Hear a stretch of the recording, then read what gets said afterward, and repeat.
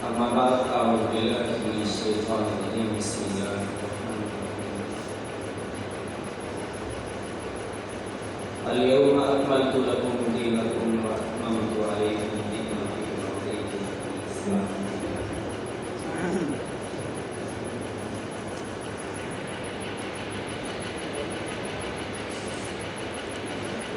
صدق الله ومولانا العظيم وبلغنا رسوله النبي الكريم ونحن على ذلك من الشاهدين والشاكرين والحمد لله رب العالمين إن الله وملائكته يصلون على النبي يا أيها الذين آمنوا صلوا عليه وسلموا تسليما اللهم صل على محمد وعلى آل محمد كما صليت على إبراهيم وعلى آل إبراهيم إنك حميد مجيد اللهم بارك على محمد وعلى آل محمد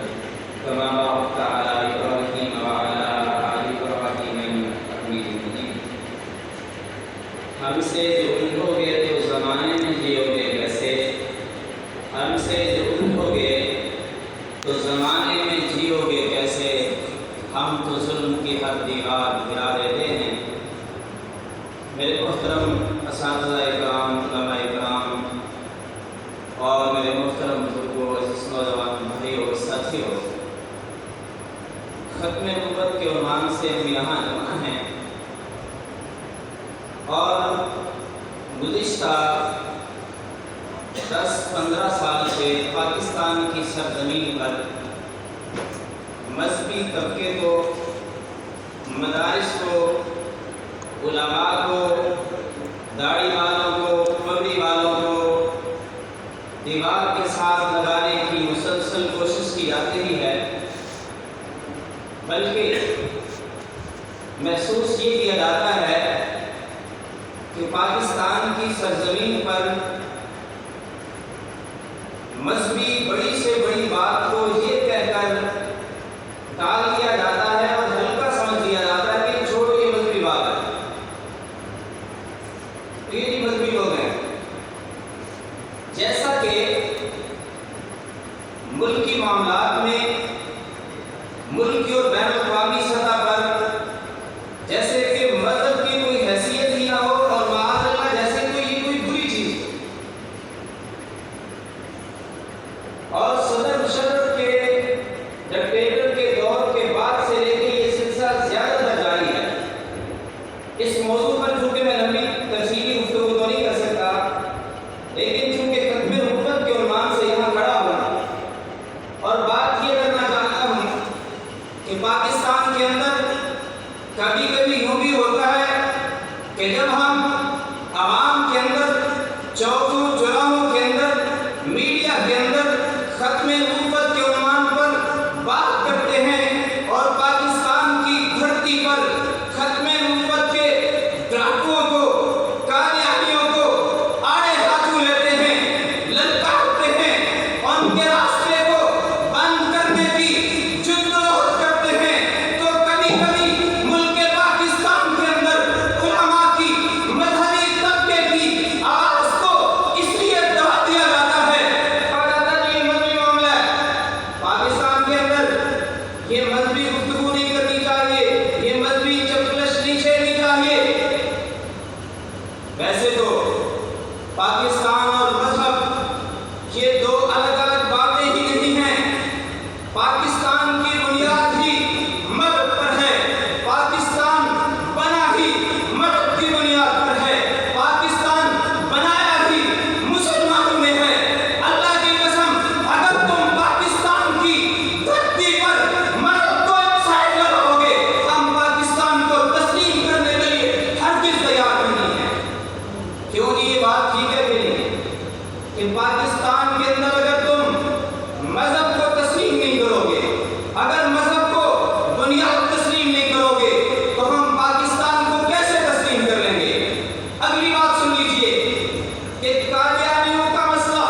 یہ ان لوگوں کے لیے ہے ہماری سوچ ایسے نہیں ہم تو اپنا وطن